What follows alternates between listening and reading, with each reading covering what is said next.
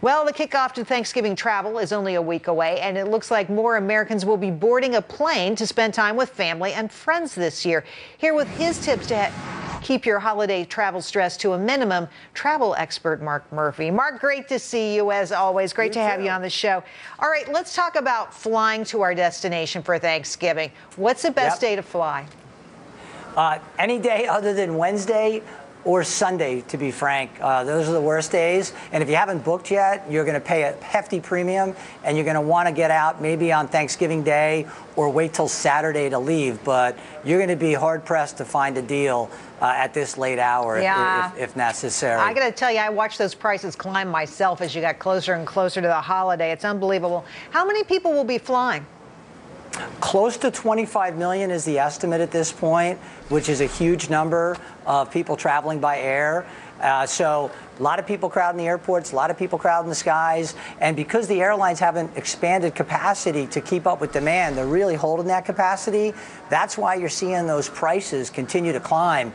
And they continue to go up, especially during these peak travel periods. I was going to ask you that. Flyers, about 1.5% more people flying this year than last. What does that tell you? Do you think the consumers are just opening up their wallets, or do you believe that maybe the prices have come down? Okay, the prices haven't come down, right? No, you know what it is? I think travel, we perceive travel as a right.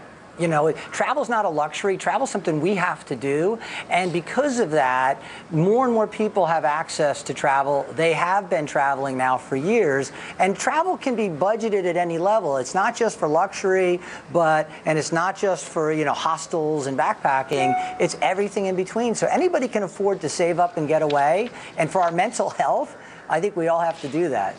We have to do something for our mental health, that's for sure. We've seen oil prices fall through the floor.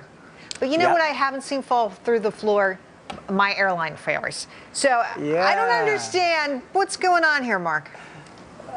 It's called the airlines are making a lot more money thanks to the oil drop. So thank you, OPEC and everybody else, because it's really boosting the bottom lines of the airlines. What's happening is the airlines have gotten really good at maximizing profits during difficult times because they've gone bankrupt so many times and lost billions and billions of dollars. So now they're making the money and they're holding the lid on capacity. They're driving up those base fares, and we continue to see fares rise and rise and rise. I don't foresee that changing until you see all of the new planes that had been on order continue to come online. And as those come online, you're going to see more competition on routes. And then as more competition heats up, you're going to see prices potentially stabilize or start to go down. Listen to these numbers. Unbelievable. U.S. airlines burn through 311 million gallons of jet fuel a week. Lower fuel prices are saving them, get this, $31 million a week. All I'm asking is $50. Just a little lower here, Mark.